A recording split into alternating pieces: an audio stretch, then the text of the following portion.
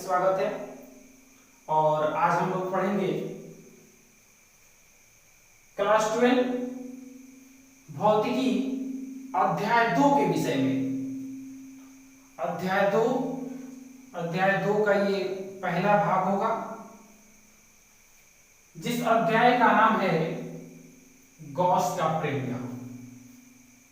और इस गॉस का प्रमेय में हम लोग का सबसे पहला टॉपिक जो होगा उसका नाम है विद्युत फ्लक्स। क्या नाम है? विद्युत फ्लक्स। तो आइए अब हम लोग जानते हैं कि विद्युत फ्लक्स क्या होता है। देखिए, इसके लिए सबसे पहले हम लोग एक किसी सतह की कल्पना करते हैं और मान लीजिए कि इससे विद्युत क्षेत्र रेखा या विद्युत तीव्र रेखा सतह से निकल रही है। इसके साथ ही मान लीजिए कि इस पूरे सतह का क्षेत्रफल कैपिटल ए है और इसका छोटा सा क्षेत्रफल जिसे हम लोग डीए मान ले रहे हैं। अब बात करते हैं इसके डिफिनीशन का। तो देखिए, इस फिगर को ध्यान में रखते हुए डिफिनीशन को पूरा किया जाएगा। कैसे? देखिएगा, किसी तल के लंबवत, ये मान लीजिए कि हम तल समझ लेते हैं और यहाँ पे लंबवत कहने का अर्थ होता है कि तल और निकलने वाली जो रेखा है उसके बीच बनने वाला कोण यहाँ पे 90 डिग्री का होना चाहिए। यानी कि 90 डिग्री कहने का अर्थ होता है कि अगर मान लीजिए यह सतह हुआ तो सतह के साथ ऐसे 90 डिग्री का कोण होना चाहिए। तो कैसे इसके डिफिनेशन को पूरा करेंगे हम लोग? देखिए, किसी क्षेत्र या किसी तल के लंबवत गुजरने वाली, ये लंबवत मान के गुजर रही है, किसी तल या क्षेत्र के लंबवत गुजरने वाली विद्युत बल रेखाओं की संख्या को विद्युत फ्लक्स कहते हैं। विद्युत बल रेखाओं की संख्या को विद्युत फ्लक्स कहते हैं। इसे प्रदर्शित कर लेंगे, इसे फाई से सूचित किया जाता है। किससे सूचित करेंगे जी? इसे फाई से। देखिए, इसी को हम लोग फाई बोलते हैं। तो इसको फाई से सूचित किया जाएगा। फिर से इसके एक बार डेफिनेशन को हम बोल दे रहे हैं। किसी तल या सतह के लंबवत गुजरने वाली विद्युत बल रेखाओं की संख्या को विद्युत फ्लक्स कहा जाता है। इसे फाई से सूचित किया जाता है। आइए देखते हैं कि फाई का मान कितना होता है। तो देखिए, फाई के मान को भी हम लोग ज्ञात करेंगे। इतना लिखने के बाद पैराग्राफ सेंड करके लिखेंगे आप। इसका मान विद्युत क्षेत्र की तीव्रता एवं क्षेत्रफल के गुणनफल के बराबर होता है। ध्यान रखेंगे, क्या मैंने बोला है? किसका मान? तो इस फाई का मान। इस फाई का मान फिर से एक बार रिपीट करेंगे। इस फाई का मान विद्युत क्षेत्र की तीव्रता, तो विद्युत क्षेत्र की तीव्रता इस पूरे चित्र में कितना है जी? ई है। विद्युत क्षेत्र की तीव्रता ई तथा सतह के क्षेत्रफल के गुणनफल के बराबर होता है, यानी कि ए के गुणनफल के बराबर होता है। अर्थात हम लोगों को एक समीकरण प्राप्त हुआ, फाई इक्वल ई डी। अब तो देखिए कि ये पूरे सतह के साथ था, लेकिन अगर हम लोगों का यहां से अल्प क्षेत्रफल, जिसको हम सदिशीय रूप से मान लें डीए, तो इस तरह से यहां एक और भी हम लोगों को फार्मूला प्राप्त हो सकता है डी फाई। क्योंकि अल्प क्षेत्रफल तो अल्प प्लस अल्प का मतलब होता है थोड़ा कम। तो अगर कम क्षेत्रफल लेते हैं, पूरे सतह में से थोड़ा सा लेंगे तो थोड़ा सा ही विद्युत क्षेत्र की तीव्रता निकलेगा। तो इस तरह से डी फाई बराबर में हम लोगों को मिलेगा ई डी ए। क्या मिलेगा? ई डी ए। और इसको सदिशीय रूप में शो कर लेते हैं, क्योंकि ये सदिशीय समीकरण है। तो इस तरह से हम लोगों को मिला d phi equal E d ए।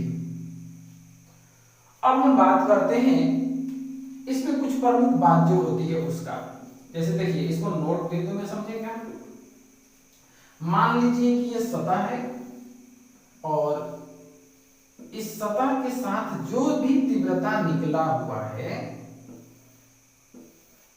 जो भी तीव्रता या विद्युत बल रेखा जो निकला हुआ है, उसके साथ या इसके क्षेत्रफल जो होगा उसके साथ अगर हम बात करते हैं, जैसे कि इसको डीए समझते हैं, तो यहाँ इसके साथ इनके बीच बनने वाला कोण अगर हम लोग थीटा मान ले, क्या मान ले जी, थीटा मान ले, तो यहाँ पे डी फाई का वैल्यू कितना मिलने वाला है, तो डी फाई का वैल्यू मिलेगा ई d A cos theta, E d A cos theta. तो इस बात का ध्यान रखेंगे कि अगर विद्युत बल रेखा तथा अल्पांश क्षेत्रफल के बीच बनने वाला कोण थीटा हो, तो इसी फॉर्मूला के साथ कॉस थीटा को जोड़ दिया जाता है। यानी कि इस तरह से हम लोग को फॉर्मूला मिला d phi equal E d A cos theta. चलिए अब हम लोग नेक्स्ट नोट के बारे में बात करते हैं। ये तो पहला नोट था। दूसरा नोट क्या होता है, तो हम लोग पढ़ क्या रहे हैं जी, विद्युत फलस्थ। विद्युत फलस्थ जो होता है अदिश राशि होता है। कैसा राशि जी, अदिश राशि। ये सेकेंड नोट हुआ, आप याद रखेंगे। विद्युत फलस्थ जो होता है अदिश राशि होता है। अब बात करते हैं हम लोग नोट थर्ड के विषय में। देखिए, नोट थर्ड जो होता है इसका एसआई यूनिट हम लोग निकालेंगे। कौन सा यूनिट, एसआई यूनिट। देखिए, इसको हम डायरेक्ट नहीं बता रहे हैं, आपको निकालना भी हम सिखा दे रहे हैं। देखिएगा, निकालेंगे कैसे, तो फाई का वैल्यू यानी कि फाई बराबर में होता है ई ए। तो देख लीजिएगा, इसी से हमको निकाल के आपको समझा दे। फाई इक्वल होता है ई ए, तो फाई बराबर ई, और ई का मतलब होता है विद्युत तीव्रता, जिसको मैंने फर्स्ट लेसन में पढ़ाया हुआ है। विद्युत तीव्रता, और विद्युत तीव्रता का एसआई मात्रक जो होता है वो होता है न्यूटन पर कूलम। क्या होता है जी, न्यूटन पर कूलम। और ये होता है आपका एरिया, और एरिया का मात्रक होता है मीटर स्क्वायर। तो इस तरह से अब हम लोग को क्या मिला, इसको अगर सजाते हैं तो फाई इक्वल मिलेगा न्यूटन मीटर स्क्वायर पर कूलम। ये देखिए, हम लोग को मिला क्या जी, न्यूटन मीटर स्क्वायर पर कूलम।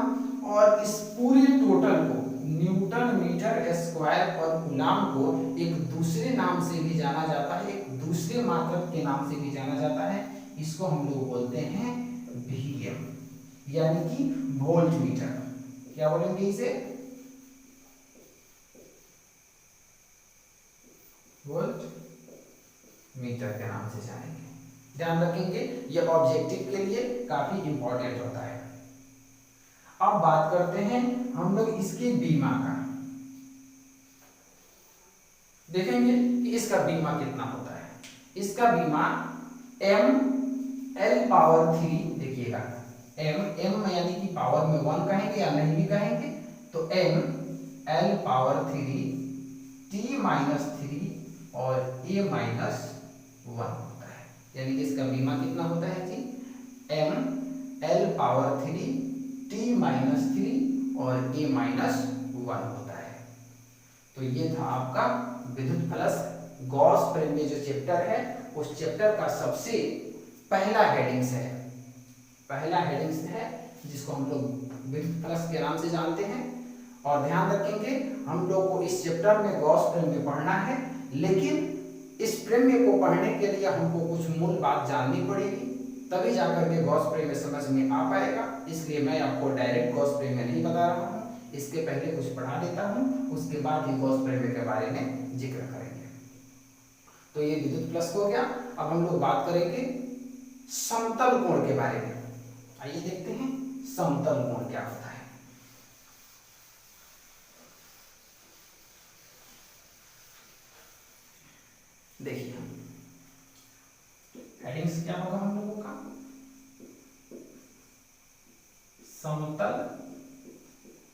कोण, प्लेन एंगल। देखेंगे प्लेन एंगल्स के बारे में हम लोग जानने का प्रयास करेंगे कि प्लेन एंगल क्या होता है। परिभाषा को सुनेंगे। किसी रेखा द्वारा किसी बिंदु पर बना हुआ कोण समतल कोण कहलाता है। ध्यान रखेंगे, फिर से एक बार रिपीट कर देते हैं हम। किसी रेखा द्वारा किसी बिंदु पर बना हुआ कोण समतल कोण कहलाता है। आखिर इसको कैसे बनाएंगे? जैसे कि मान लीजिए हम एक रेखा ले रहे हैं। रेखा का मतलब होता है कि उसका एंड पॉइंट नहीं होता है। रेखा का मतलब एंड पॉइंट होता है और रेखा में एंड पॉइंट नहीं होता है। जैसे कि अगर हम बात करते हैं, यहाँ से हमने स्टार्ट किया और यहाँ से स्टार्ट किया, इधर गए और फिर यहाँ पे पहुंच गए। यानी कि रेखा को हम स्टार्ट किए थे यहीं पे, फिर से यहाँ पे पहुंच गए। तो यहाँ पे इनके बीच बनने वाला कोण जो होगा उसको हम थीटा से डिनोट कर लेते हैं और ओ ए बी, इस तरह से ये एक यहाँ पे समतल कोण बन गया। हम दूसरे तरीके से भी इसको समझ सकते हैं। मान लीजिए कि हम यहाँ से स्टार्ट किए, कुछ दूर पे गए, बहुत सारा हम घूम लिए, घूमने के बाद से फिर यहाँ पर आ गए। तो यहाँ पे अगर थीटा मान लेते हैं इसको ओ ए बी, तो इस तरह से यहाँ भी आपका समतल कोण बन गया। अब चाहे तो इसे एक दूसरे तरीके से भी समझ सकते हैं। कैसे? जैसे कि देखिए यहाँ से हमने स्टार्ट किया, यहाँ गए, फिर इधर पूरा हम घूमे, घूमने के बाद हम इधर आ गए। ध्यान रखेंगे हम इधर से घूम के आए हैं, इसलिए इधर के कोण को बोलेंगे, इधर के कोण को नहीं। इसलिए इधर वाला जो कोण होगा ये होगा हम लोगों का थीटा और इसको बोलेंगे समतल कोण। यानी कि यहाँ ये समझ लेंगे, यहाँ भी समझ लेंगे। तो ये था हम लोगों का समतल कोण। अब हम लोग बात करेंगे ठोस कोण के बारे में। चलिए इसको देखते हैं हम लोग, ठोस कोण।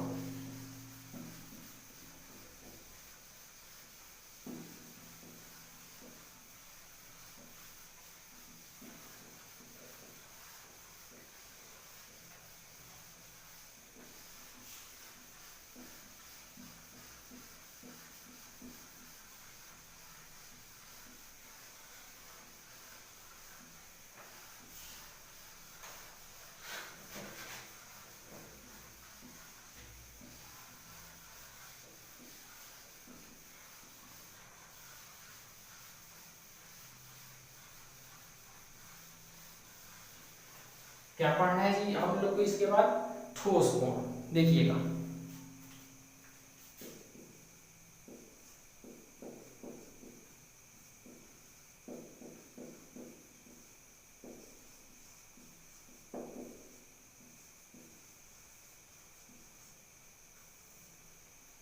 देखिए ठोस कोण के बारे में हम लोग को पढ़ना है। इसको भी सबसे पहले हम डेफिनेशन को आपको बता देते हैं। देखिएगा किसी गोले के पृष्ठीय क्षेत्रफल एवं इसके त्रिज्या के वर्ग के अनुपात को ठोस कोण कहते हैं। फिर से एक बार रिपीट करेंगे हम, ध्यानपूर्वक सुनेंगे।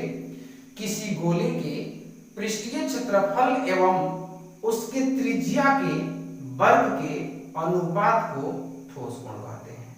इसका जब फिगर हम ड्रॉ करेंगे तब आपको विशेष रूप से समझ में आने वाला है।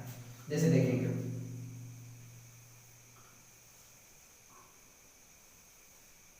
अगर हम बात करते हैं और यहां से अगर इसको त्रिज्या r समझ लेते हैं, देखिएगा ये चीज आपका, इसको हम लोग r समझ लीजिए और इनके बीच बनने वाले कोण को हम लोग क्या समझ लेते हैं जी?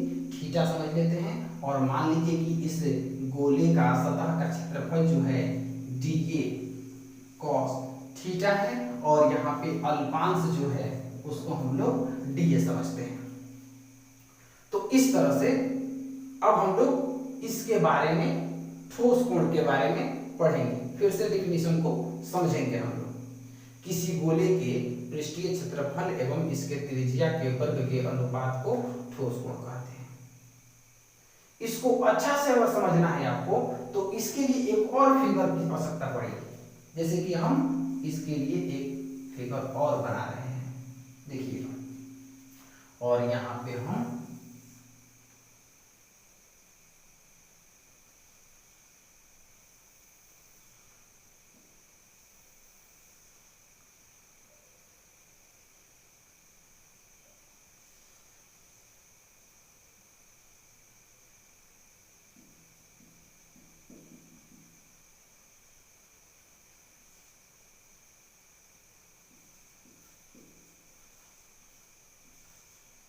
देखिए, तो इसमें हम क्या समझ रहे हैं और क्या इसको हम समझाने का प्रयास कर रहे हैं, फिर से एक बार रिपीट करते हैं, थोड़ा समझ लेंगे क्योंकि इसकी आवश्यकता है हमको गॉस के प्रयोग में, इसलिए मैं आपको इसके लिए बार बार रिपीट कर रहा हूँ, समझ सकते हैं आप।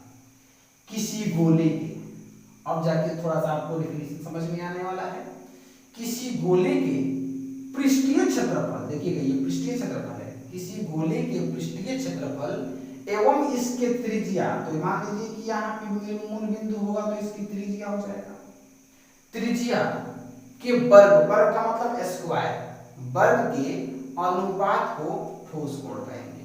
और उसी में से हम क्या किए हैं, ये छोटा वाला भाग जो है हम यहाँ पे फिगर में बनाए हुए हैं, तो उसकी हमको आवश्यकता नहीं है, हम आपको समझाने के लिए बताए, आपको फिगर यही ड्रॉ करना है, आप केवल यही फिगर बनाइएगा, उसकी आवश्यकता नहीं है।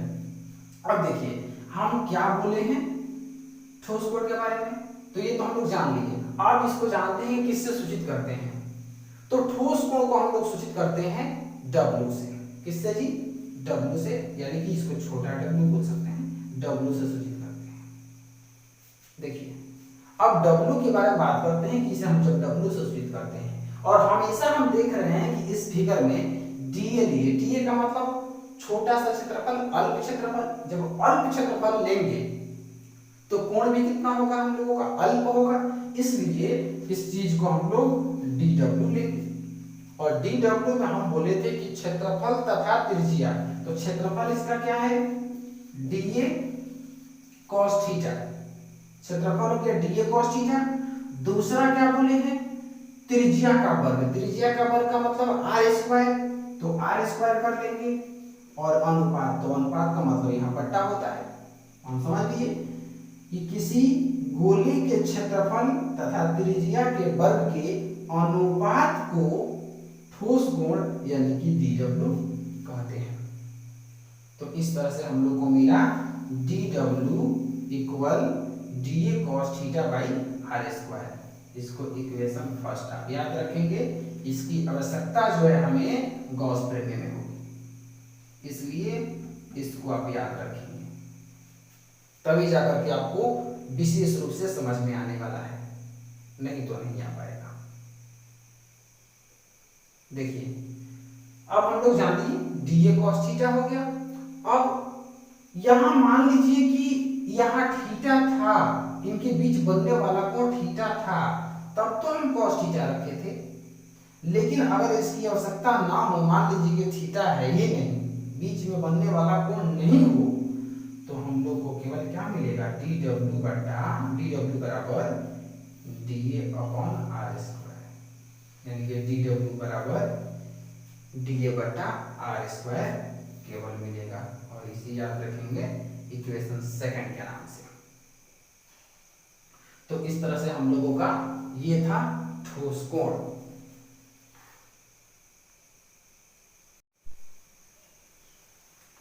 तो देखिए अब हम लोग जाने थे ठोस कोण के बारे में, अब हम लोग एक दूसरे टॉपिक पे चल रहे हैं जो ठोस कोण से ही रिलेटेड है। देखिए किसी बंद तल द्वारा उसके अंदर स्थित किसी बिंदु पर बना कुल ठोस कोण, यहाँ पे अब हम लोग को क्या निकालना है जी, कुल ठोस कोण के बारे में निकालना है। पहले हम लोग जाने ठोस कोण के बारे में, अब हम जानेंगे किसी तल के अंदर कितना कोण बन रहा है, कितना कुल ठोस कोण बन रहा है, उन सब की संख्या को जानेंगे। देखिए इसको जानने के लिए हमने क्या क्या कल्पना किया हुआ है, इसको समझने का प्रयास करेंगे। माना कि एक बंद काल्पनिक सतह है जिसके अंदर स्थित कोई जहां पर एक गोला बना हुआ है और इस गोले से